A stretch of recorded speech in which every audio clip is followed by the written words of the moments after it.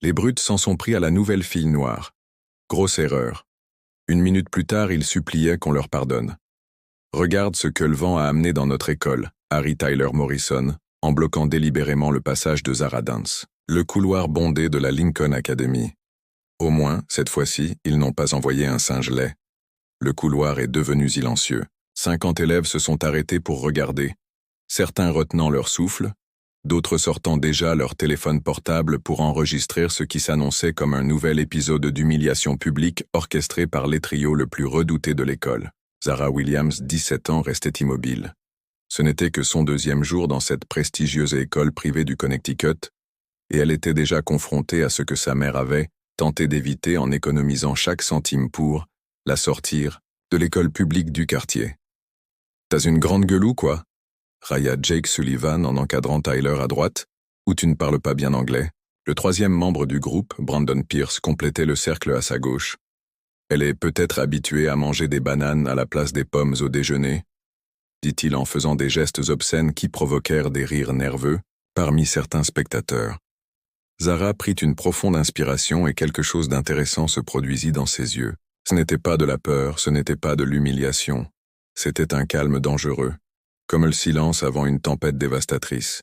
« Excusez-moi, » dit-elle d'une voix douce qui trancha l'air comme une lame.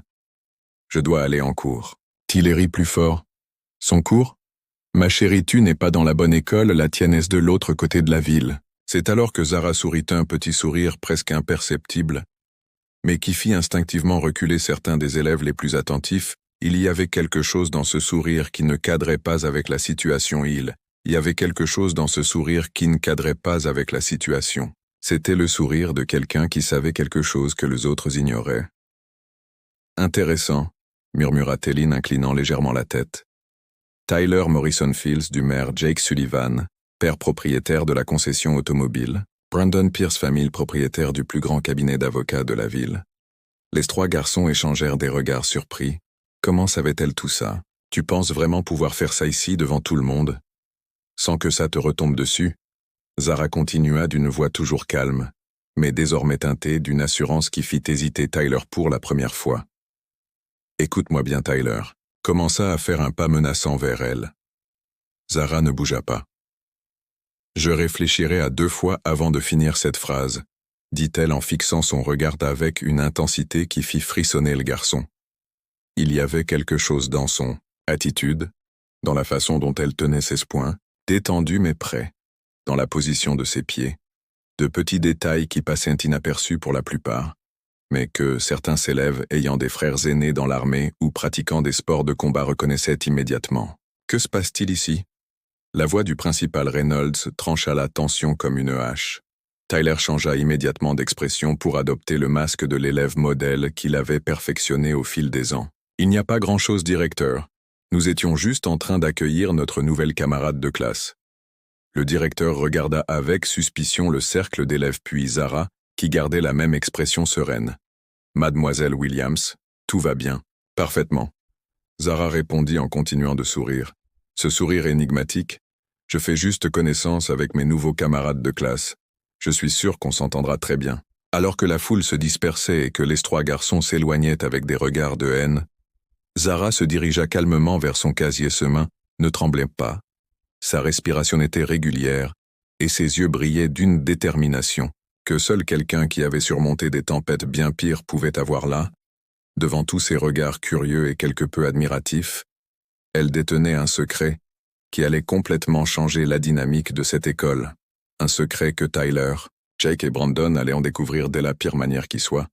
Si cette histoire de courage et de justice éveille votre curiosité, n'oubliez pas de vous abonner à la chaîne pour découvrir comment une simple tentative d'intimidation allait se transformer en la plus grande erreur que ces garçons aient jamais commise au cours des 3 jours suivants.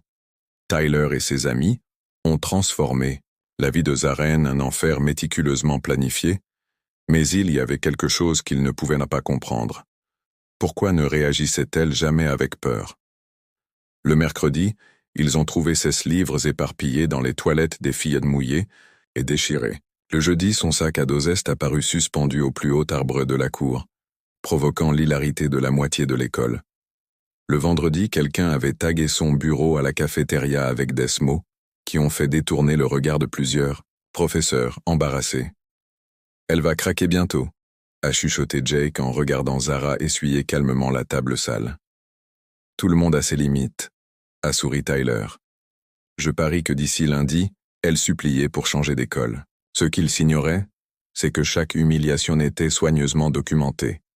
Zara photographiait discrètement chaque acte de vandalisme, chaque mot menaçant laissé dans son casier, chaque fois que les 3 garçons s'approchaient d'elle avec leur téléphone portable prêt à enregistrer sa réaction. En fait, Zara Williams n'était pas seulement une fille noire qui avait quitté l'école publique à l'âge de 12 ans, après avoir vu son jeune frère se faire tabasser par un groupe d'adolescents à Chicago. Elle avait commencé à s'entraîner à la boxe et au jiu-jitsu dans une salle de sport communautaire. 5 ans plus tard, elle était championne junior de l'État dans ces 2 sports et avait été acceptée à la Lincoln Academy grâce à une bourse sportive complète. Sa mère, le docteur Sharon Williams, avait insisté pour qu'il garde son talent sportif secret.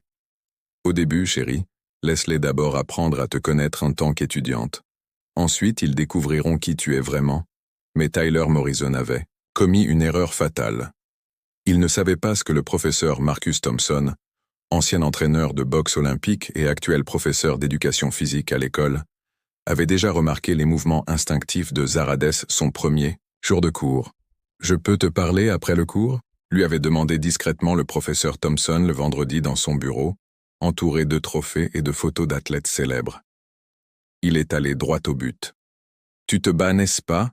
Je reconnais ta posture, ton équilibre, la façon dont tu tiens tes mains. » Zara hésita un instant puis acquiesça. « Ma mère a préféré ne pas le mentionner sur le formulaire d'inscription. C'est intelligent, mais les garçons Morrison t'ont causé des problèmes 7, cela ne peut pas continuer. » Il se pencha en avant. « Il y a un moyen de résoudre cela sans recourir à la violence, mais tu dois me faire confiance. » Monsieur Thompson avait vu des dizaines de cas similaires au cours de sa carrière. Des enfants issus de familles puissantes qui pensaient pouvoir humilier, qui ils voulaient, sans conséquence. Mais cette fois, ils avaient choisi la mauvaise cible. « Fais-tu confiance au système ?»« Scolaire ?» demanda-t-il à Zara qui rit amèrement. 3 plaintes officielles ont été déposées contre Tyler cette année seule, toutes rejetées. Son père finance la moitié des projets de cette école. Alors nous allons procéder différemment. Lundi, c'est la réunion du conseil d'administration. Plusieurs parents influents seront présents, dont certains qui n'apprécient guère la famille Morrison. Monsieur Thompson ouvrit un tiroir et en sortit un formulaire. « Je veux que vous vous inscriviez à une démonstration spéciale d'arts martiaux pour les investisseurs de l'école. Une démonstration officielle destinée à présenter nos programmes sportifs et attirer davantage de sponsors.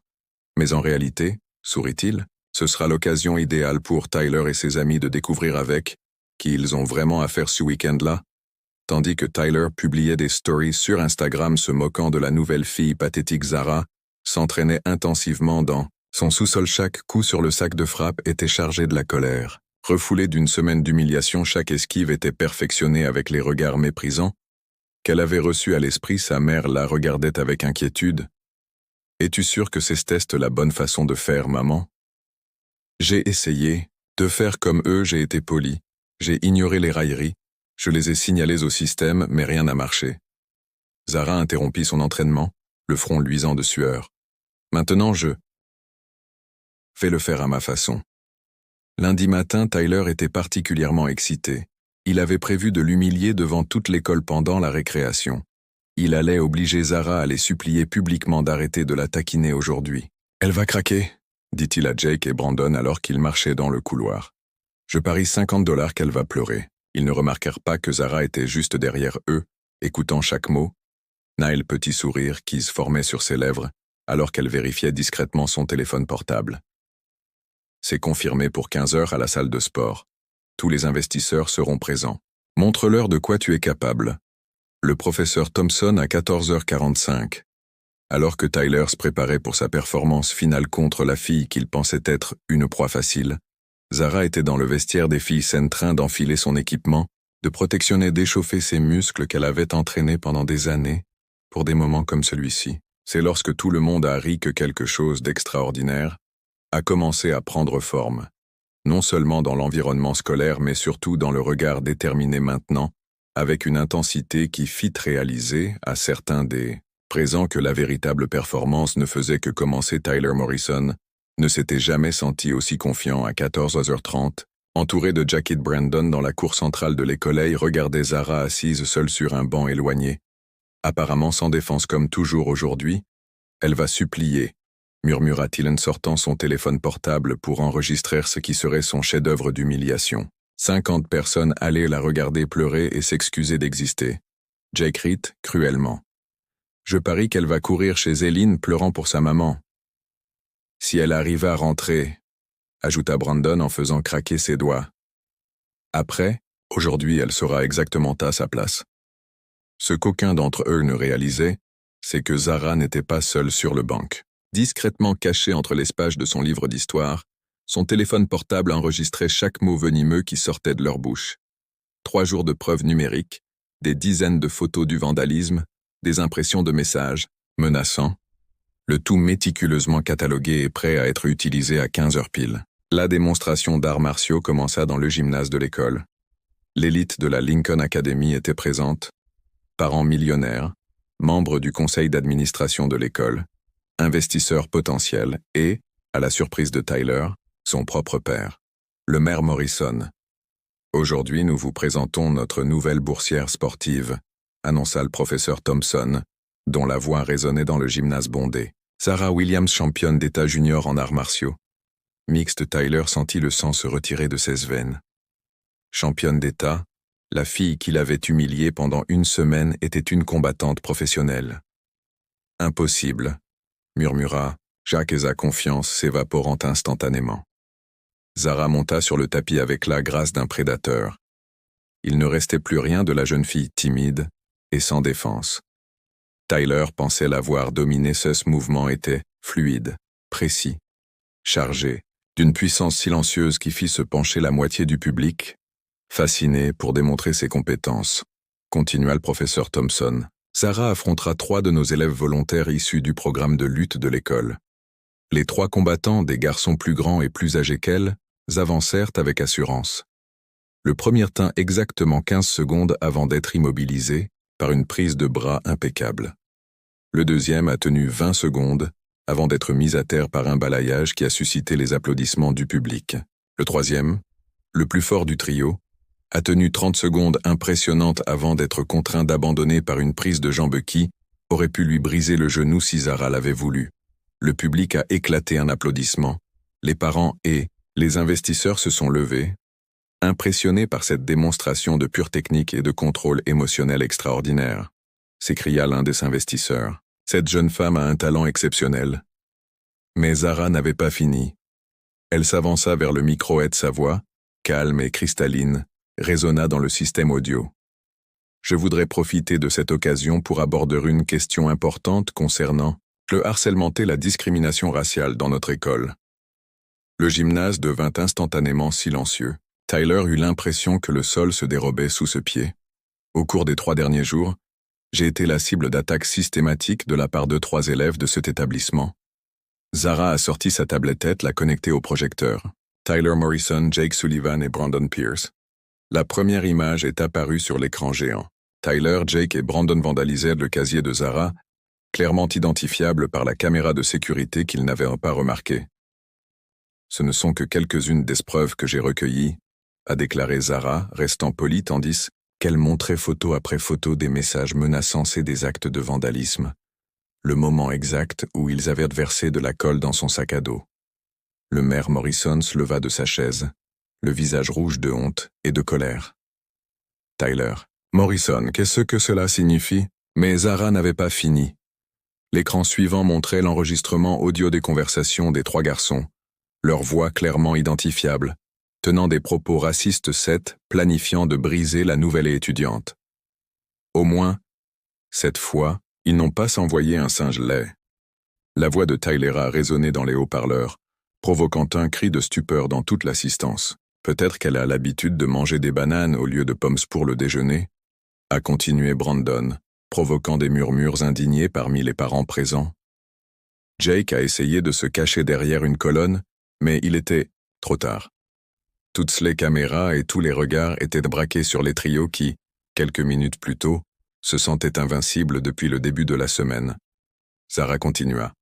Je suis resté calme et j'ai rassemblé de preuves, car j'ai appris que la meilleure façon de lutter contre l'injustice n'est pas la violence, mais la vérité et des conséquences appropriées. Monsieur Thompson prit le micro.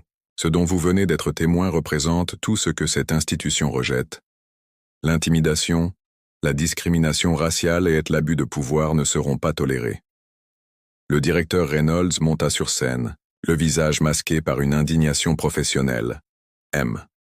Morrison, Monsieur Sullivan, Monsieur Pierce, vous êtes suspendus pour une durée indéterminée. Une enquête approfondie sera menée et les autorités compétentes seront informées de crimes haineux documentés. Tiller tenta d'approcher son père, mais le maire Morrison le repoussa d'un geste brutal. « Tu m'as déshonoré, mon fils. Tu as déshonoré notre famille et notre ville. »« Papa, je peux t'expliquer, » commença Tyler, mais voix n'était plus qu'un murmure pathétique. « Il n'y a aucune explication à cela, » grogna le maire. « Tu apprendras les conséquences de tes actes d'une manière que tu n'oublieras jamais. » Jake et Brandon avaient déjà été emmenés par leurs parents furieux. Leur famille devait non seulement faire face à l'humiliation publique, mais aussi à d'éventuelles poursuites pénales pour crimes haineux. Alors que le chaos régnait, autour d'elle, Zara restait au centre du tapis, sereine comme une reine sur son trône. Son trône. Il n'y avait aucune malice dans son regard. Seulement la satisfaction tranquille de quelqu'un qui avait vu la justice rendue à juste titre alors que les révélations s'accumulaient et que les masques tombaient. Une question restait en suspens. Comment les trois garçons qui se croyaient intouchables grâce à leur richesse et leurs privilèges réagiraient-ils lorsqu'ils découvriraient que leurs actes auraient de conséquences bien au-delà du mur de l'école? 6 mois plus tard, l'académie, Lincoln Academy, était méconnaissable. Ce qui était autrefois un environnement toxique où régnaient les privilèges, les préjugés, était désormais devenu un modèle national d'inclusion et de respect. Zara Williams, désormais capitaine de l'équipe d'arts martiaux de l'école et présidente du conseil des élèves, marchait dans les mêmes couloirs où elle avait été humiliée.